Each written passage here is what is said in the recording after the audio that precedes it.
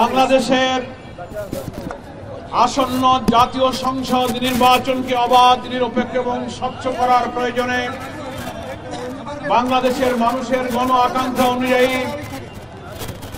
অনেক রক্তের বিনিময়ে অর্জিত আমাদের এই নতুন বাংলাদেশের যে স্বাধীনতা, সেটার সুরক্ষা নিশ্চিত করার প্রয়োজনে বিদ্যমান রাষ্ট্র কাঠামোকে পরিবর্তন করে একটি নতুন রাষ্ট্র কাঠামো প্রস্তুত করার জন্য ফ্যাসিবাদ বিরোধী আন্দোলনের রাজপথে আমরা যারা ছিলাম, সকল রাজনৈতিক দল আমরা নতুন সংস্কার, নতুন একটি জুলাই সনদ, নতুন একটি জুলাই ঘোষণার মধ্য দিয়ে আমরা নতুন গণতন্ত্রের একটা অভিযাত্রা শুরু করেছি।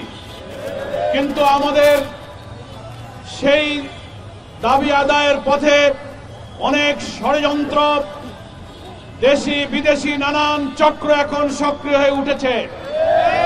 এর প্রতিবাদে বাংলাদেশ জামাত ইসলামী সহ সমমানা 8টি দলের 5 দফা দাবি অবিলম্বে জুলাই সনদ বাস্তবায়নের আদেশ জারি করা এবং জাতীয় নির্বাচনের পূর্বে গণভোটের দাবিতে আজকে প্রধান উপদেষ্টা বরাবর যে স্মারকলিপি পেশের কর্মসূচি, ঐতিহাসিক পল্টন মোড় থেকে সকল দল একসাথে সেই অভিমুখে আমাদের যাত্রা শুরু হবে। তার পূর্বে আজকে জামাত ইসলামীর এই মিছিল পূর্ব সমাবেশে সভাপতিত্ব করছেন মহানগরী জামাতের সংগ্রামী আমির জননেতা নুরুল ইসলাম বুলবুল। এখানে উপস্থিত আছেন জসিমউদ্দিন সরকার, কামালউদ্দিন, শামসুর রহমান সহ অনেক জামাত নেতৃবৃন্দ। সংগ্রামী দেশবাসীকে আমরা জামাত ইসলামীর পক্ষ থেকে একটা কথা বলতে চাই, প্রধান উপদেষ্টার সাথে বিনয়ের কাছে এটাও বলতে চাই যে আপনি গণ আকাঙ্ক্ষার প্রতি সম্মান রেখে রাষ্ট্র সংস্কারের জন্য 6টি কমিশন আপনি করে দিয়েছিলেন। আপনি সকল রাজনৈতিক দলের সংস্কার প্রস্তাবকে ঐক্যমতে আনার জন্য ঐক্যমত্য কমিশন আপনি গঠন করেছিলেন। আপনি সরকারেরও প্রধান, আপনি ঐক্যমত্য কমিশনেরও প্রধান। ঐক্যমত্য কমিশন দীর্ঘ কয়েক মাস চেষ্টা করে জামাত সহ সকল রাজনৈতিক দলের চেষ্টায় জুলাই সনদ যা তৈরি করা হয়েছে সেই সংস্কার প্রস্তাব বাস্তবায়নের দায়িত্ব ঐক্যমত্য কমিশনের প্রধান হিসেবে, সরকারের প্রধান হিসেবে আপনার কাছে সেগুলো পেশ করা হয়েছে। এখন দায়িত্ব হচ্ছে আপনার কোন রকম বিলম্ব এবং ষড়যন্ত্রের সুযোগ না দিয়ে অবিলম্বে জুলাই সনদ বাস্তবায়নের আদেশ আপনি এক্ষুনি জারি করুন এবং জাতীয় নির্বাচনের আগে নভেম্বরে আপনি গণভোটের মধ্য দিয়ে এই জুলাই সনদের আইনি ভিত্তি দেওয়ার কাজটা আপনি সূচনা করতে পারেন।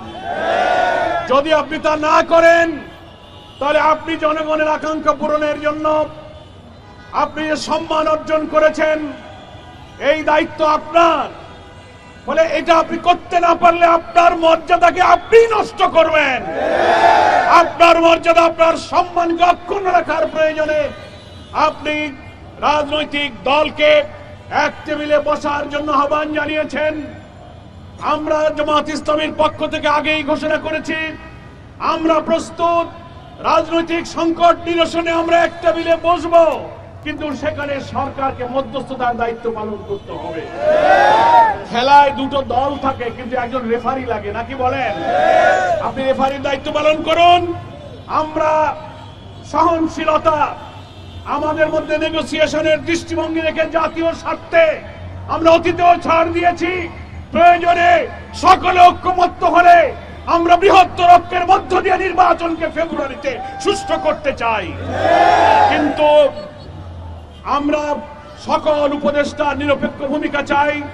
আপনি প্রধান উপদেষ্টা হিসেবে আমাদের আজকে যে স্মারকলিপি পেশ করা হবে, আমরা এখন 8টি দল একসঙ্গে এই দাবিতে আপনার কার্যালয় অভিমুখে যাত্রা করব। এর সঙ্গে আরো অনেক নতুন নতুন দল যুক্ত হবার অঙ্গীকার করেছে। এই আন্দোলনে বিশাল জনতা সামিল হবে। এখন আমরা সভাপতি জননেতা বুলবুল ভাইয়ের বক্তব্যের পর পল্টন মোড় অভিমুখে মিছিল সহকারে যাত্রা করব। বিভিন্ন শহর বিভিন্ন রাস্তা থেকে মিছিলে মিছিলে পন্টল মোড়ে আমাদের হাজার হাজার লোকেরা সমবেত হবে শৃঙ্খলার সাথে। সেই মিছিল নিয়ে আমরা প্রধান উপদেষ্টার কার্যালয় অভিমুখে যাত্রা করব। জাতীয় নেতৃবৃন্দ সেই মিছিলে নেতৃত্ব দেবেন এবং স্মারকলিপি পেশ করবেন। সকলকে সুশৃঙ্খলভাবে এই কর্মসূচি সফল করার আহ্বান জানিয়ে আপনাদের সকলকে সকালবেলা ব্যস্ততম কর্মদিনে শাপলা চত্বরে সমবেত হওয়ার জন্য ধন্যবাদ জানিয়ে আমি আমার বক্তব্য শেষ করছি। আল্লাহ হাফেজ। বাংলাদেশ জিন্দাবাদ। জামাত ইসলামী জিন্দাবাদ।